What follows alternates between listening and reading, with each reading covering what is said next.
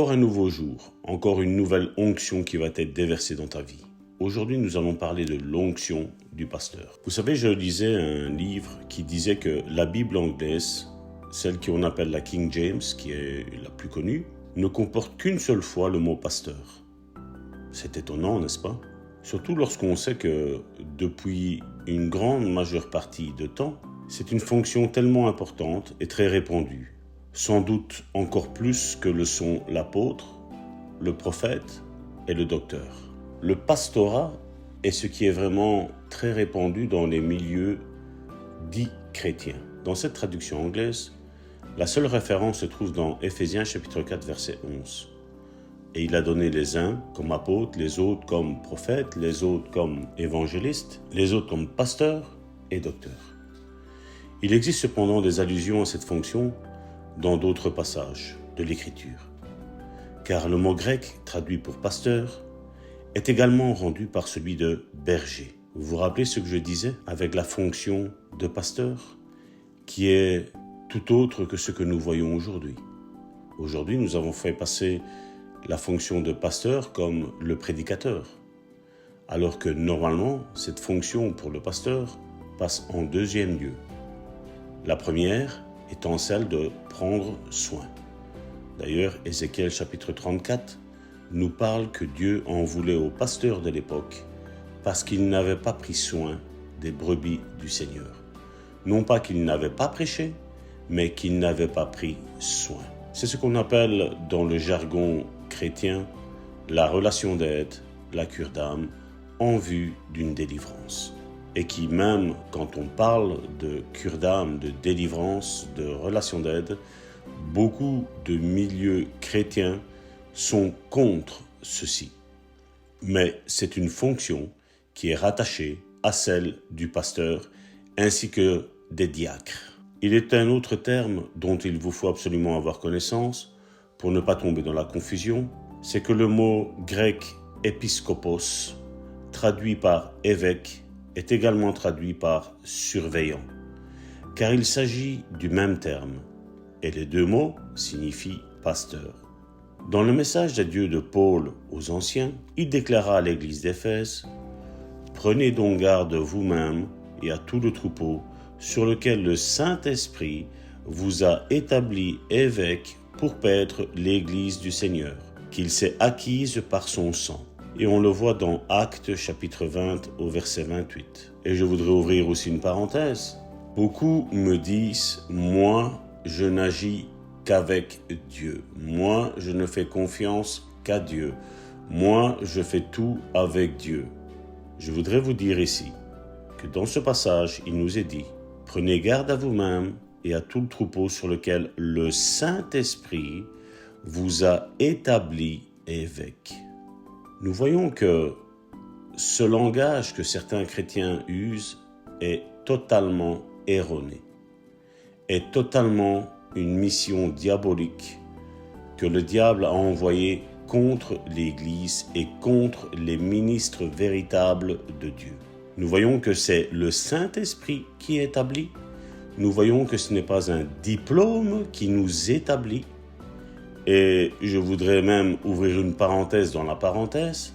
Beaucoup de fois, quand certains m'ont parlé d'école biblique, bien souvent, je sais quelle était la pensée. Je sais pourquoi on me parlait de ça, parce que ces gens-là avaient une prétention de sortir après les années d'études qui sont généralement de 3, avec un diplôme de théologie, et ensuite, ils s'établissent où l'Église dont ils font partie, étant donné qu'ils ont un doctorat en théologie, accède au pastorat. Et je voudrais vous dire ici que dans ce passage ici, il est mis que c'est le Saint-Esprit qui établit. Et je vais vous dire, comme j'ai entendu beaucoup de personnes qui, dès qu'on sait jouer 2 notes, déjà pensent à sortir un CD, on voit que généralement, et malheureusement, beaucoup de personnes aujourd'hui se sont levées, mais elles ne sont pas mandatées par le Saint-Esprit. Parce que nous voyons ici que celui qui mandate, c'est le Saint-Esprit. Et bien entendu, et je répète, bien entendu, l'Église comprendra l'appel qu'il y a sur la vie de cette personne-là. Et à un moment donné, cette personne-là rentrera dans son ministère. Je voudrais dire aussi que les apôtres ont été choisis et la Bible nous parle très clairement que c'était des personnes sans aucune instruction. Jésus, quand il a délivré le Gadaréen de 1000 démons, le Gadaréen a voulu suivre Jésus et Jésus ne lui a pas dit « Viens à l'école théologique ». Jésus lui a dit « Va raconter tout ce que le Seigneur a fait pour ta vie ». Il est grand temps, mon frère, ma sœur. Il est très très grand temps de regarder à ce que la Bible dit et non plus à ce que les hommes disent. Quand les hommes sont en accord avec la parole de Dieu, dites Amen. Mais quand les hommes sont contraires à ce que la parole de Dieu dit, alors faisons attention. Faisons attention, parce que derrière, il y a peut-être l'ennemi de nos âmes qui se cache. Il s'est élevé des grandes controverses à propos des anciens. Étudiez le mot grec d'ancien et vous verrez que non seulement il parle d'une personne âgée, ce qui veut sous-entendre que c'est une personne qui a une certaine expérience. Nous voyons que ces anciens, comme Moïse a dû choisir des anciens, ce sont des personnes qui ne sont pas appelés à être encore pasteurs, ou le seront peut-être plus tard, mais là, ils commencent par le premier échelon. C'est-à-dire d'anciens, de personnes qui sont matures, qui sont équilibrées, qui connaissent la parole de Dieu, qui connaissent le Saint-Esprit, qui ont une vie de prière, qui ont une vie respectueuse et révérentielle devant l'Éternel, des personnes dont il y a un bon comportement, et ça, c'est le mot ancien. L'Église des tout premiers jours n'avait pas la totalité des ministères énumérés dans le Nouveau Testament.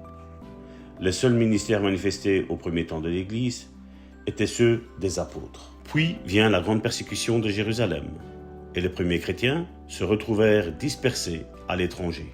Ils allèrent partout prêcher Jésus, et chacun d'eux se fit ainsi prédicateur. Actes chapitre 8 verset 5 déclare « Philippe étant descendu dans la ville de la Samarie, y prêcha le Christ. » Mais Philippe n'était pas encore évangéliste.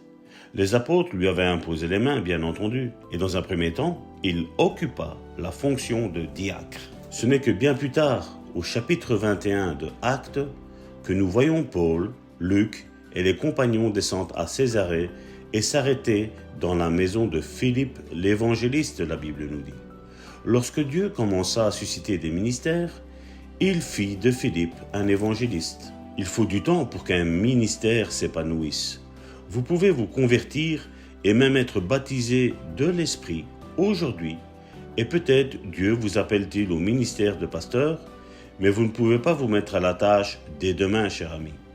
Vous n'êtes pas prêt, et il nous faut passer par une période de préparation où les anciens, les ministères qui sont déjà dans l'Église dont vous êtes et dont vous faites partie de cette Église locale vont voir et vont vous équiper, et vous allez être comme les disciples en formation avec Jésus-Christ. Donc, le Jésus-Christ sera représenté là pour votre ministère avec les ministères qui sont déjà mis en place dans l'Église par les autorités de l'Église. Commencez donc par obéir à Dieu, que vous soyez dans le ministère ou non, et Dieu vous fera aller de l'avant et vous emploiera de manière plus efficace. Si comme Philippe, vous apprenez à être fidèle là où vous vous trouvez, Dieu pourra juger bon de vous pousser plus loin. Et s'il le fait, très bien. Mais si ce n'est pas le cas, alors restez simplement fidèle là où vous êtes. Il ne pourra pas se servir de vous si vous n'êtes pas fidèle.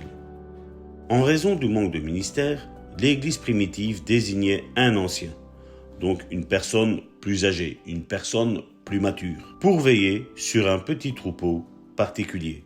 Puis, Dieu fit des anciens ou des surveillants, des pasteurs. Il n'est certainement pas scripturaire de choisir un laïc sur qui ne repose pas l'onction et de le désigner comme ancien, ou de le charger de veiller sur une assemblée. Il n'a pas l'onction pour s'acquitter de cette tâche. Il a l'onction de n'importe quel croyant. Nous constatons donc que la charge d'évêque, de surveillant ou d'ancien comportent la même responsabilité, celle de la fonction pastorale. Qui donc pourrait surveiller le troupeau? Eh bien, le berger, le pasteur. Et Pierre appelle Jésus le pasteur et le gardien de vos âmes. On peut le voir dans la première épître de Pierre au chapitre 2 au verset 25. Dans 1 Pierre chapitre 5 verset 4, nous lisons « Et lorsque le souverain pasteur paraîtra, vous obtiendrez la couronne incorruptible de la gloire. » Jésus est le grand berger, le souverain pasteur de toutes les brebis du troupeau de Dieu. Jésus a d'autres bergers sous ses ordres, et un pasteur est l'un de ses bergers. Un pasteur est un berger dans le troupeau de Dieu, et Dieu appelle et équipe des personnes pour qu'elles soient bergers ou pasteurs du troupeau de Dieu. Maintenant, nous allons parler de la prophétie. Nombreux sont les gens qui disent « Revenons aux actes des apôtres, revenons à l'Église primitive et accomplissons les prodiges qu'ils accomplissaient. » Oui, dit l'Esprit de Dieu, faites les mêmes expériences qui furent les leurs, marchez dans la même lumière, mais si vous dirigez la même manière de diriger l'Église, celle-ci gardera la stature d'un bébé spirituel. Vous serez des chrétiens bébés sans croissance spirituelle. Or, vous avez grandi. Vous vous êtes développés. Levez-vous et marchez dans la lumière de la parole de Dieu pour aujourd'hui. Jouissez de la pleine effusion de l'Esprit de Dieu et de l'onction que Dieu posera sur vous, et l'onction de Dieu coulera au travers de vous. Et l'onction reposera sur les personnes qui seront dans le ministère. Ainsi, l'Église tout entière sera édifiée et l'œuvre de Dieu sera accomplie. Vous savez, on peut être apôtre, et comme je le disais dans les prédications précédentes, l'apôtre peut exercer cette fonction de pasteur. Mais c'est un petit peu comme un spécialiste dans la médecine. Il sait ce qu'est une grippe. Mais pour traiter la grippe, il aura besoin d'un médecin généraliste. Un médecin qui connaît le domaine. Et c'est la même chose avec les 5 ministères. Oui, l'apôtre peut exercer tous les autres ministères. Le prophète, la même chose, peut exercer les autres ministères excepté celui d'apôtre. Mais vous savez, il y a une onction de pasteur. Et celui sur lequel repose cette onction de pasteur, mon frère, ma sœur, fera le travail mieux qu'un apôtre. Je dis bien mieux qu'un apôtre. Malheureusement, aujourd'hui, l'Église s'est endoctrinée dans des doctrines humaines et a perdu le but pour lequel elle a été appelée. Et il est important et primordial, mon frère, ma sœur, de revenir dans des églises où vraiment les 5 ministères commencent à se déployer ou sont déjà déployés. Il est temps de revenir à cette onction, parce que c'est un plan et un ordre de Dieu. Et on le voit dans Ephésiens chapitre 4 au verset 11. Il nous dit comment est composée l'Église de Dieu. Et combien de fois j'ai à parler avec des frères et des sœurs et je leur dis, tu sais mon frère, ma sœur, ce que tu es en train de faire, c'est comme le travail de pasteur, où tu prends soin, où tu as de la compassion, où tu essayes de trouver des solutions pour les autres, pour les faire sortir de leur embarras, de leurs problèmes. L'esprit est le même, mais l'onction est différente. Vous savez, bien souvent, avant que quelqu'un ne devienne pasteur, je le ressens dans ma vie. Je ressens quel est le ministère dans la vie de quelqu'un ici, parce qu'aujourd'hui, nous parlons de ce ministère, cette onction de pasteur. Je voudrais m'attarder que sur celui-là. Mais bien souvent, j'ai le discernement des esprits. Et je sais discerner quelle est l'onction qui est dans la vie d'une personne. Mais, bien entendu, je vois que bien souvent, on me dit, mais pasteur, quel est mon ministère? Vous savez, je le dis toujours, Dieu te révélera d'abord les choses à toi, et puis elles te seront confirmées par moi. Ou par un autre, bien entendu, je ne veux pas avoir la prétention de moi seul savoir tout. Non. Non. Bien souvent, des fois, il arrive aussi que Dieu ne me dise pas quel est le ministère qui est dans la vie d'une personne. Oui. Je ne veux pas avoir la prétention de tout savoir, tout connaître. Non. Mais on peut reconnaître l'attitude qu'une personne a. Quel est le ministère? Pourrions-nous dire qu'une personne qui est médisante, c'est-à-dire qui parle mal de quelqu'un sans que cette personne-là ne soit au courant, est un ministère de pasteur? Parce qu'un ministère de pasteur, je vais vous dire une chose, il y a une clé là-dedans. C'est que même s'il subit des coups et des contre-coups, se taira, ne dira rien. J'ai connu des pasteurs qui étaient plus des destructeurs que des pasteurs. Et chacun d'entre vous, je sais combien ont été déçus des pasteurs, combien sont déçus des églises. Mais mon frère, ma sœur, je veux te dire une chose. Fais attention que le diable ne t'ait séduit. Parce que tu as été déçu par des amis, n'est-ce pas? Mais tu as toujours des amis. Tu as été déçu peut-être par un mari, ou tu as été déçu par une épouse. Mais combien se sont remariés? Et pourquoi ne laisserions-nous pas la chance à ces ministres de Dieu? Pourquoi, mon frère, ma sœur? C'est pas parce que tu as été déçu d'une église, mon frère, ma sœur, que toutes les églises sont comme ça. Et un des baromètres, c'est ça, mon frère, ma sœur. De regarder si les 5 ministères sont en place. Une église avec 5 ministères ne t'assurera pas que la totalité des choses sont bonnes. Mais il y aura déjà une compréhension de quelque chose qui se passe dans la Bible et qui est réel. Je suis désolé si certains se sentent choqués par ce que je viens de dire, mon frère, ma sœur. Mais Éphésiens chapitre 4, verset 11 me le dit. Comment est composée l'Église de Dieu? Et maintenant, il ne faut pas commencer à distribuer comme certains le pensent, à distribuer des ministères comme ça, en voici, en voilà. Non, non, mon frère, ma sœur. Il y a une onction pour chaque ministère. Et là-dedans, nous n'avons pas encore les ministres de la louange. Nous n'avons pas non plus les frères et les sœurs qui sont occupés à nettoyer l'Église, à ranger les chaises, à faire en sorte que l'Église est propre, présentable, accueillante. Il n'y a pas non plus les ministères de ceux qui sont accueillants, qui accueillent les frères et les sœurs et qui les placent à un endroit bien précis. Il n'y a pas ces ministères encore là-dedans. Mais ils font bien partie de l'Église. Et je veux vous dire, oui, il y a de vrais pasteurs. Et ce n'est pas parce que tu as été déçu par un pasteur, mon frère, ma sœur, que tu dois mettre tout le monde dans le même sac. Non, tout le monde n'est pas dans le même sac, mon frère, ma sœur. Nous avons un frère à l'église qui s'appelle Alain. Il a quitté son village. Il faisait par semaine 400 km pour venir à l'église. Il a attendu, il a regardé comment l'église fonctionnait. Il a regardé si la Bible était bien prêchée. Et là maintenant, qu'est-ce qu'il a fait? Il a déménagé. Maintenant, il se retrouve proche de l'église, ici en Belgique. Et si tu es en Belgique, mon frère, ma sœur, je t'invite à nous rejoindre. Si tu es à l'étranger, mon frère, ma sœur, peut-être que Dieu te mettra un appel dans ta vie pour quitter ton pays, pour venir t'associer peut-être avec notre église, l'église Le Bon Samaritain qui est en Belgique, plus précisément dans la région de Charleroi. L'onction de pasteur est une onction merveilleuse et une bénédiction qui vient de Dieu. On peut être émerveillé de constater de quelle manière l'onction de l'Esprit de Dieu descend sur une personne appelée à exercer ce ministère de pasteur. D'aucuns se disent pasteurs. Si vous avez été appelé par Dieu à occuper cette fonction, l'onction sera présente pour vous permettre de remplir cette charge. Être pasteur ne consiste pas seulement, comme je le disais en début de prédication ici, à prêcher. Il y a plus que cela. L'onction pour la prédication n'est pas présente tout le temps.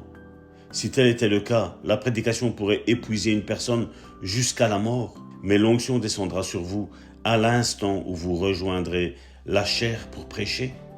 Dans la deuxième épître de Timothée au chapitre 2 verset 15, Paul écrit à Timothée, alors qu'il était un jeune pasteur, et il lui dit « Efforce-toi de te présenter devant Dieu comme un homme éprouvé. » Vous voyez que les ministères, quand ils sont là dans la vie d'une personne, la personne va être éprouvée. Et beaucoup ont compris, mon frère, ma sœur, que éprouvé, ça veut dire qu'on va attaquer le ministère. Non, non, non, non, non, non. Non, mais quand le ministère aura des attaques, parce que tout ministère qui vient de Dieu aura des attaques, mon frère, ma sœur. Tout ministère qui descend d'en haut, mon frère, ma sœur, aura des attaques. par des personnes qui sont méchantes, par des personnes qui sont diaboliques, qui sont des agents de Satan. Le diable va s'utiliser d'eux, mon frère, ma sœur, pour éprouver ton ministère, ce que Dieu a mis en toi. Et c'est pour ça qu'il nous faut des hommes et des femmes matures autour de notre ministère, qui vont nous aider à tenir bon dans les moments d'épreuve, mon frère, ma sœur. Et il dit un ouvrier qui n'a point à rougir, qui dispense droitement la parole de la vérité, c'est-à-dire qui prêche réellement ce qui est écrit, et non pas dire une chose et faire une autre. Non.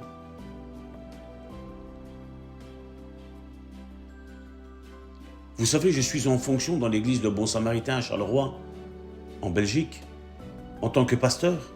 Et ma tâche, elle consiste à quoi? À parler avec les frères et les sœurs. Bien entendu, certains pensent que, voilà, Dieu va révéler au pasteur si j'ai un problème. Non. Quand nous avons un problème, mon frère, ma sœur, il faut aller trouver les autorités qu'il y a dans l'église locale. Il faut leur dire, voilà, pasteur, il y a ça qui ne va pas. Et bien entendu, le pasteur, qu'est-ce qu'il va faire? Il va prier avec vous. On va essayer de trouver des solutions. Ce n'est pas comme le drive-in, attention aussi. Parce que beaucoup aujourd'hui pensent que on va trouver l'homme de Dieu et voilà, la solution va arriver tout de suite. Mon frère, ma sœur, je vais te dire, il y a des combats que tu vas même les mener seul. Il y a des combats pour mon ministère. Je les ai combattus seul. Oui, j'avais mon épouse à mes côtés. Mais nous avons combattu seuls, elle et moi. Mon ministère a été éprouvé. Combien de fois nous subissons des attaques? Mon épouse est témoin. Combien de fois je me dépense corps et âme pour les frères et les sœurs, et puis tu les vois disparaître. Et non seulement tu les vois disparaître, mais en plus tu les vois qui parlent mal de toi encore, alors que toi tu les as aidés. Vous savez, je ne suis pas en train de dire ça pour me plaindre, non. Mais c'est pour vous dire que chaque ministère, mon frère, ma sœur, a son épine. Chaque ministère, comme je l'ai toujours dit et je le dirai toujours, a un démon qui est attaché pour essayer de nous faire chuter dans n'importe quel ministère qu'on a, mon frère, ma sœur. C'est pour ça que l'Église est là, pour nous soutenir les uns les autres. C'est ce que la Bible nous dit. 1 Corinthiens chapitre 12 nous le dit. Quand quelqu'un est faible à un moment donné, il doit avoir des personnes qui sont plus fortes que lui à ses côtés pour l'aider, pour remonter la pente. Quel est le rôle de l'Église? Quel est ton rôle, mon frère, ma sœur, dans l'Église? Oui, un évangéliste aussi. Je ne voudrais pas parler de ce ministère ici aujourd'hui. Nous le ferons peut-être plus tard. Mais un évangéliste aussi, normalement, doit savoir faire le pasteur. Avez-vous vu déjà un évangéliste en compassion, mon frère, ma sœur? Un évangéliste qui juge à tout bout de champ? Non. Oui, l'évangéliste devrait apprendre aussi à être un pasteur, à s'acquitter de cette tâche. Et ainsi, il ne pourra plus dire un tas de choses désagréables sur ce ministère, lui aussi. Parce qu'aujourd'hui, je vois beaucoup, quand on parle de ministères, sont en compétition les uns contre les autres. Vous savez, les ministères ne sont pas une compétition, mon frère, ma sœur. Les ministères sont complémentaires les uns des autres. Et si l'Église aujourd'hui est faible, je parle de l'Église universelle, est faible, c'est pour cette simple et bonne raison. Chacun est en compétition. Ah, on va vite à le dire. Il faut que Dieu croisse et que moi je diminue avec la bouche, mais ton cœur. Un cœur qui est rempli d'orgueil ne saurait accomplir la volonté et le ministère de Dieu. Parce que Dieu résistera. Tu peux avoir l'étiquette apôtre, prophète, pasteur, docteur, évangéliste, celle que tu veux. Si nous sommes orgueilleux, mon frère, ma sœur, Dieu va nous combattre, même s'il y a l'onction. Et n'oublions pas qu'il est le donateur du don. N'adorons pas, comme je le dis et je le répéterai à maintes et maintes reprises, mon frère, ma sœur. N'adorons pas les dons, mais adorons Dieu, le donateur des dons. Vous savez, mon frère, ma sœur, je lisais le témoignage d'un prophète qui, pendant un temps, s'est acquitté la tâche de pasteur. Il l'a fait pendant 10 années. L'Église croissait. Les ministères étaient mis en place, mais l'Église croissait. L'Église financièrement était solide. Mais le pasteur de cette Église, comme il n'était pas à la bonne place, il était frustré intérieurement. Parce que ce n'était pas sa place. Ce n'était pas son onction. Oui, Dieu déversait l'onction de pasteur sur ce prophète pour aider les brebis qui lui appartiennent. Mais lui avait un poids. Lui était frustré. Et combien aujourd'hui de ministères sont frustrés? Combien de femmes, de pasteurs sont en dépression parce que le mari est inassouvi dans son ministère. Il n'est pas à sa place. Il ne fait pas la tâche pour laquelle il a été créé. On peut se dire comment Dieu le permet. Parce que malheureusement, l'Église s'est endoctrinée dans des doctrines complètement humaines, mon frère, ma sœur. Et non pas dans une doctrine qui vient de la part de Dieu. Et si nous voulons retrouver une Église forte, courageuse, fonceuse, encourageante, épanouie, eh bien, mon frère, ma sœur, il faut mettre les pions sur l'échiquier. Chacun doit être à sa place. Chacun doit savoir ce qu'il doit faire. Et il ne faut pas, comme je le dis bien souvent à l'église, le bon samaritain en Belgique, Dieu ne veut pas des spectateurs, mais des acteurs de son église.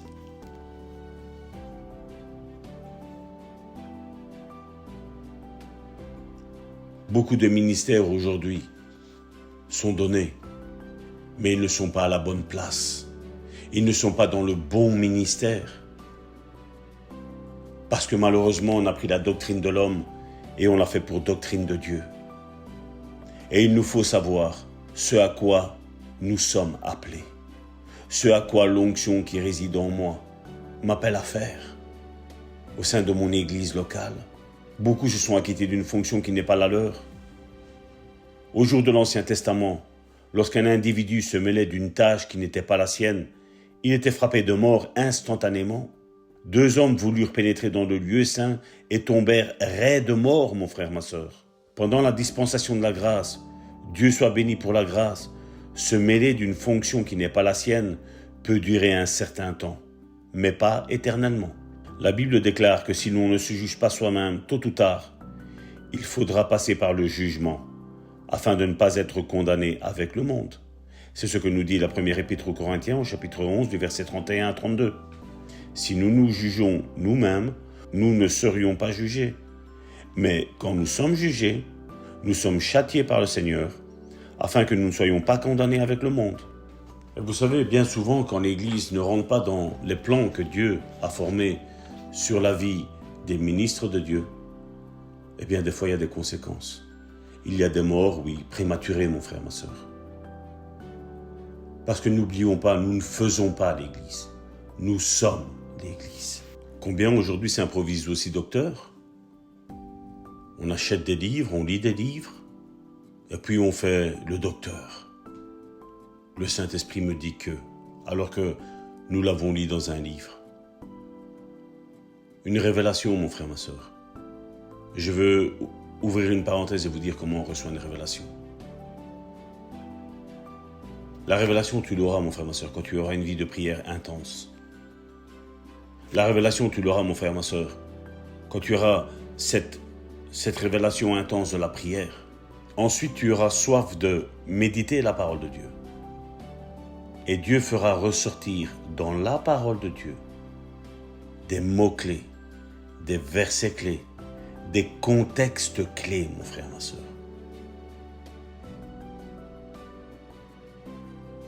Et tu verras, mon frère, ma sœur, que tu commenceras à voir les choses qui ne vont pas, les choses qui ne sont pas claires, qui sont faites au sein de l'église locale, et où, en tant que peut-être même élève, tu auras ton mot à dire pasteur ou apôtre, n'est-il pas écrit ça dans la parole de Dieu? Le contexte ne dit-il pas ça? Et un ministre qui est humble pourra reconnaître la fonction qui est la tienne, peut-être celle de docteur. Vous savez, il y a un tas de livres chrétiens aujourd'hui. Mais combien sont bons?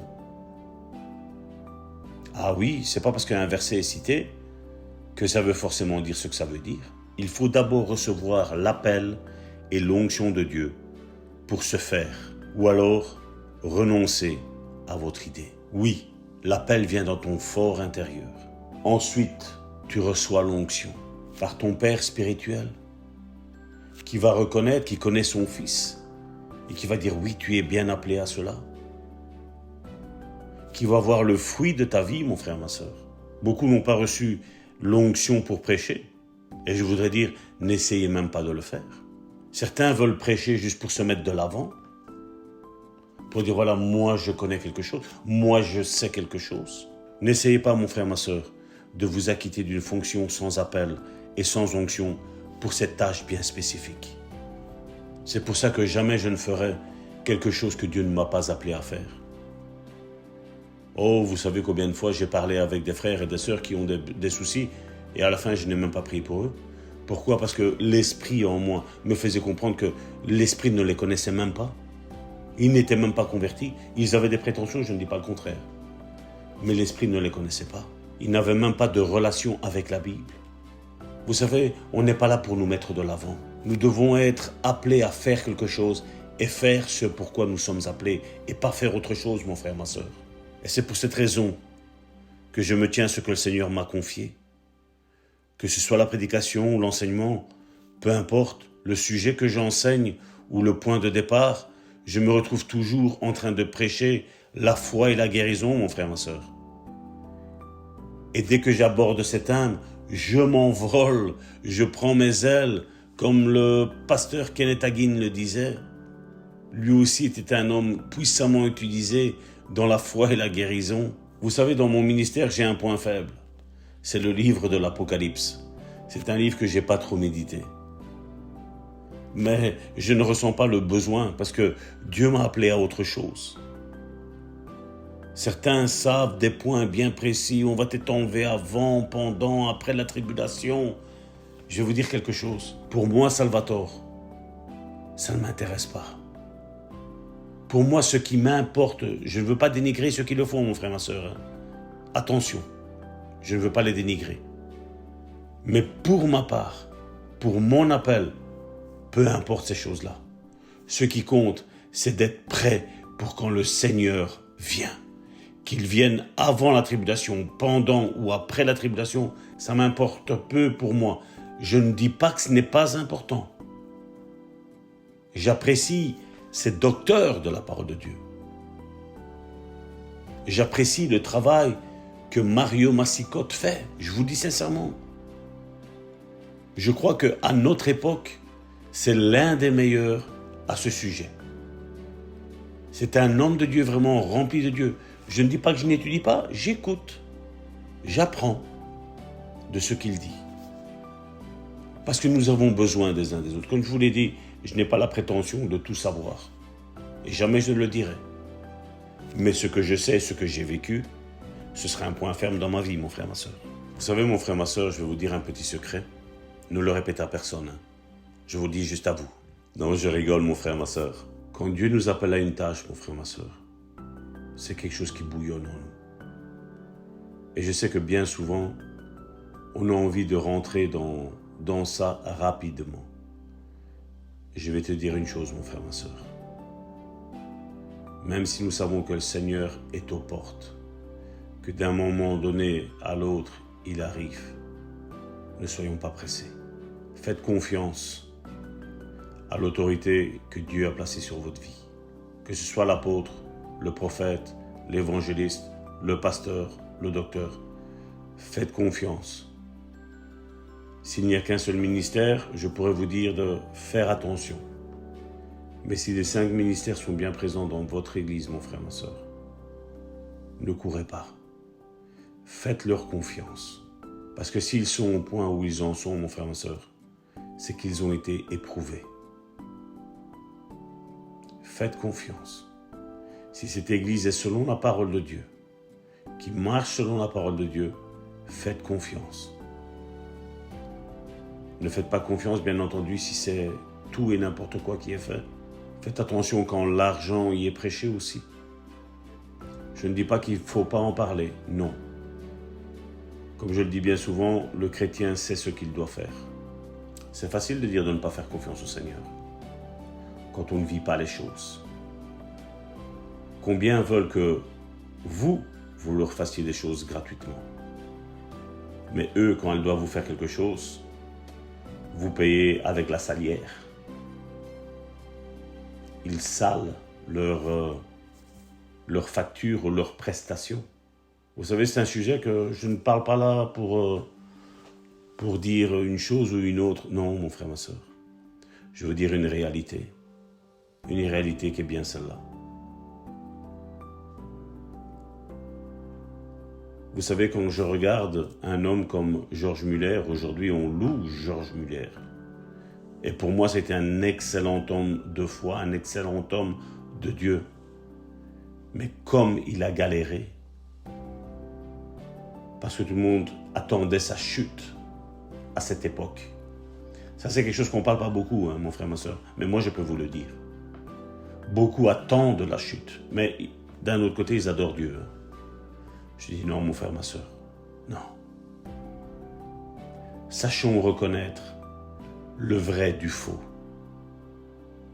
Et aujourd'hui, il y a beaucoup de faux qui volent l'argent du vrai, mon frère, ma soeur.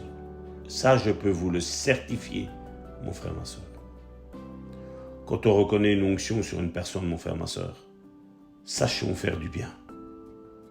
Exerçons le don de libéralité, mon frère, ma soeur, sur ceux que vous trouvez qu'ils font vraiment et véritablement leur fonction pour laquelle ils sont appelés. Oh Père, je veux prier pour mes frères et mes sœurs. Je veux te prier afin qu'ils rentrent dans leur ministère, Seigneur, dans ce que tu les as appelés à faire, Seigneur. Merci, Seigneur, pour les véritables pasteurs, Seigneur, ceux qui ont soin de tes brebis, Seigneur. Je te prie, Seigneur, afin que tu te révèles, Seigneur, toujours plus, Seigneur, à eux, Seigneur. Et je te dis merci, Seigneur, parce que je sais, Seigneur, que tu es le gardien de ton Église. Tu es le réparateur des brèches. Tu es Yahvé Jireh, l'Éternel qui pourvoit chacun de nos besoins. Tu es Yahvé Rapha, l'Éternel qui guérit. Et je te dis merci, Seigneur, pour qui tu es. Nous nous confions en toi, au nom puissant de Jésus. Bénis mes frères et mes sœurs, Seigneur, qu'ils comprennent l'importance des ministères, Seigneur. Je te bénis, Père, au nom de Jésus. Sois béni. Mes frères et mes sœurs, je vous dis à la prochaine pour une nouvelle émission, encore forte en révélation. Au nom de Jésus-Christ, soyez bénis.